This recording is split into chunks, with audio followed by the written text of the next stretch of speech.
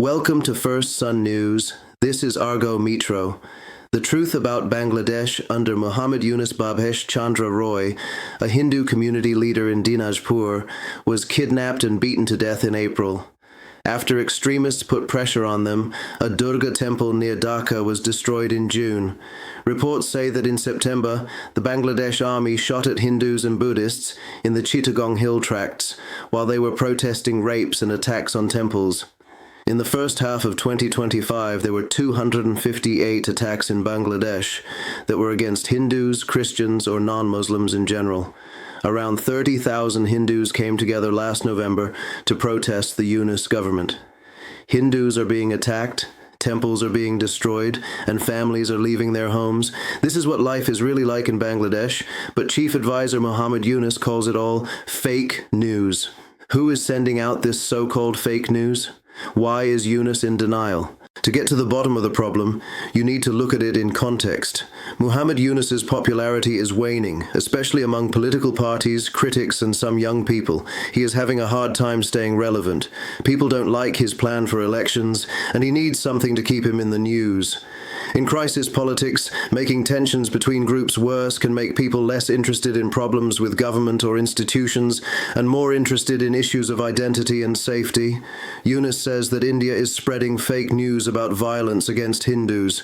In an interview with Mehdi Hassan, he said that these were just fights over land or problems with neighbors, not attacks on communities.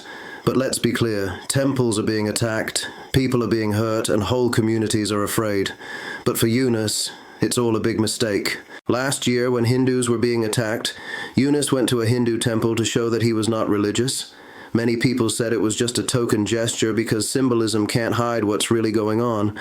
Bangladesh has been getting worse since Sheikh Hasina was removed from office in August 2024. The student protests that put Yunus in power promised democracy and change. But instead, Bangladesh got chaos, censorship, and more radicalism. In this time of uncertainty, minorities, especially Hindus, have become easy targets. Islamist groups have gotten louder and more aggressive since Hasina left, and Yunus's government has chosen to ignore them instead of stopping them. He says India is lying, but the pictures of burned temples, crying Hindu families who have lost their homes, and protests in Dhaka tell a different story. Yunus didn't do anything when the US said it was worried about attacks on Hindus. He made fun of it, ignored it, and didn't do anything. The so-called interim government is still in charge more than a year later. Yunus's only job was to run elections, but there are no polls. They are now supposed to happen in February 2026. At the same time, Yunus is busy warning that Sheikh Hasina could come back from India. He says, "We are very worried about that. They are worried about Hasina coming back, but not about the safety of Hindus, the breakdown of law and order, or the economy going down." He even said that India was protecting Hasina and making things worse in Bangladesh. At the same time, people in the Bangladeshi army are protesting against his government for letting the US use military bases. So, who is really causing problems in Bangladesh? Yunus blames everyone but himself, India, Hasina, and the media. And that's the real tragedy. A Nobel Prize winner who once talked about peace and poverty is now in charge of fear and denial. Bangladesh needed an election, but it got an excuse instead. It needed leaders, but it got lectures.